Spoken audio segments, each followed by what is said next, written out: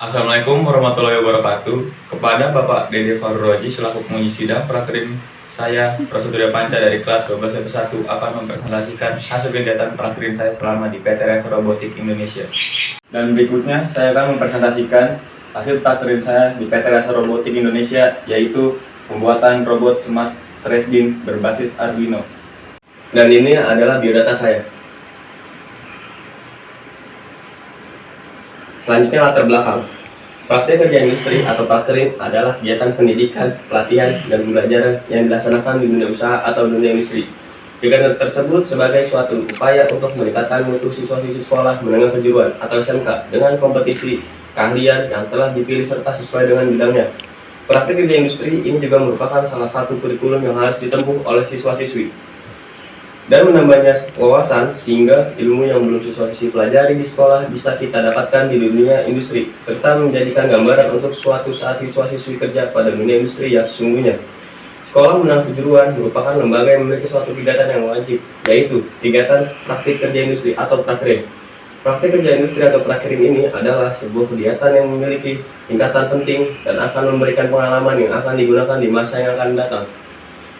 Dengan pengalaman terjun langsung di dunia usaha atau dunia industri, itu akan meningkatkan mental siswa-siswi pada saat bekerja nanti. Selanjutnya tentang perusahaan PT Resa Robotik Indonesia. Resa Robotik adalah lembaga pendidikan yang mengarahkan perhatiannya terhadap perkembangan teknologi baru yang inovatif seperti robot, yang dapat diajarkan kepada murid-murid di sekolah-sekolah sejak usia dini. Berawal dari ketekunan menggeluti dunia pendidikan melalui bengkel ponsel yang berdiri sejak 2005 dan telah meluluskan alumni lebih dari 5.000 orang. Kemudian dibuka dengan program baru yaitu kelas robotika untuk anak dan remaja pertama di Banten dengan nama Resa Robotik. Dan berikut ini adalah struktur organisasi Resa Robotik.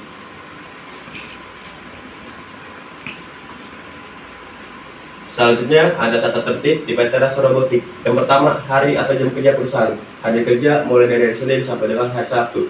Dan jam masuk pukul 7 waktu Indonesia Barat.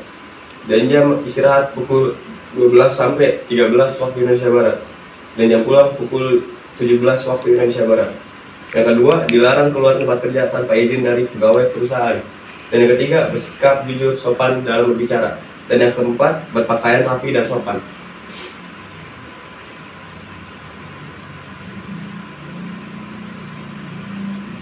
Dan di sini saya akan membahas tentang mini project board.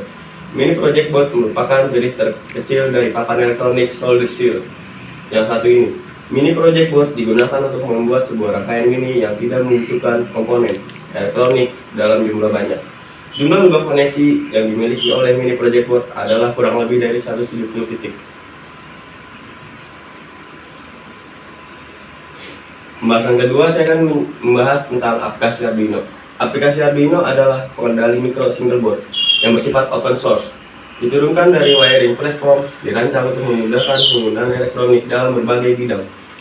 Hardware-nya memiliki prosesor Atmel AVR dan software-nya memiliki bahasa pemrograman sendiri.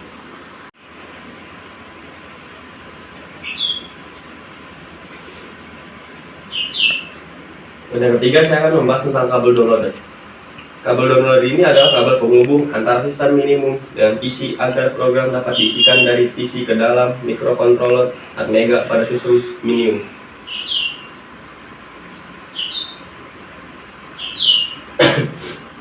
Ini saya akan memberitahu kesiapan kerja saya di PT Resa Robotik.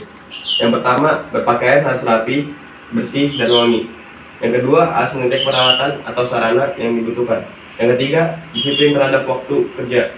Dan yang keempat, disiplin dalam melaksanakan tugas.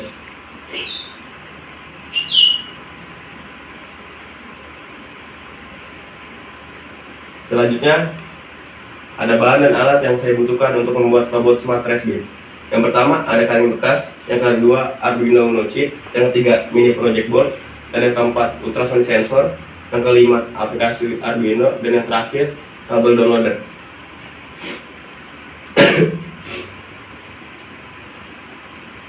Proses kerja saya saat mengerjakan robot smart trash bin.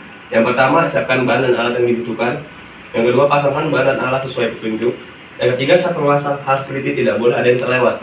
Dan yang keempat, jika sudah selesai merakit, pasangkan elektrikal seperti ultrasonic sensor dan servo. Dan yang kelima, lalu program atau coding robot sesuai dengan petunjuk yang ada. Dan yang keenam, setelah robot diprogram, sudah bisa dimainkan.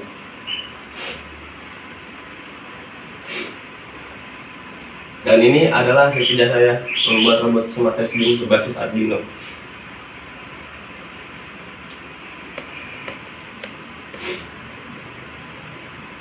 Tujuan praktik saya yang pertama, ada kepribadian terstandar, potensi, akademik, dan dasar-dasar keahlian yang kuat dan benar. Yang kedua, membentuk pola pikir serta semangat yang membangun siswa. Dan yang ketiga, memberikan pengalaman kerja yang sesungguhnya agar peserta praktik menguasai kompetensi keahlian standar. Dan yang keempat, menambah pengetahuan siswa-siswi di masing bidang. Dan yang terakhir, memberikan suatu motivasi dalam diri siswa-siswi agar menunjukkan dirinya mampu melakukan pekerjaan sesuai dengan bidangnya.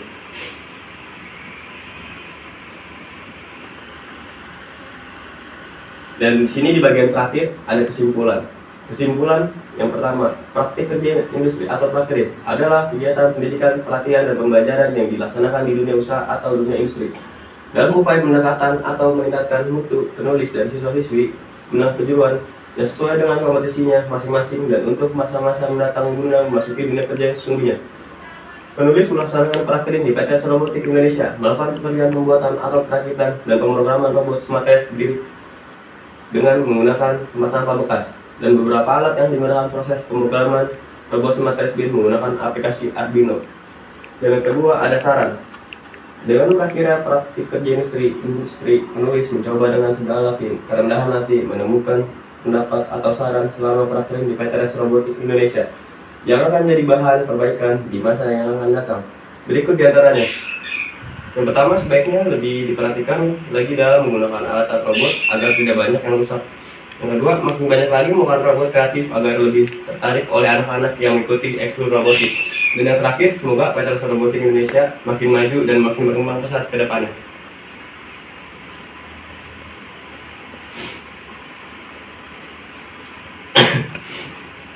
Sekian dari saya, terima kasih atas perhatiannya. Mohon maaf jika ada salah-salah kata. Terima kasih. Wassalamualaikum warahmatullahi wabarakatuh.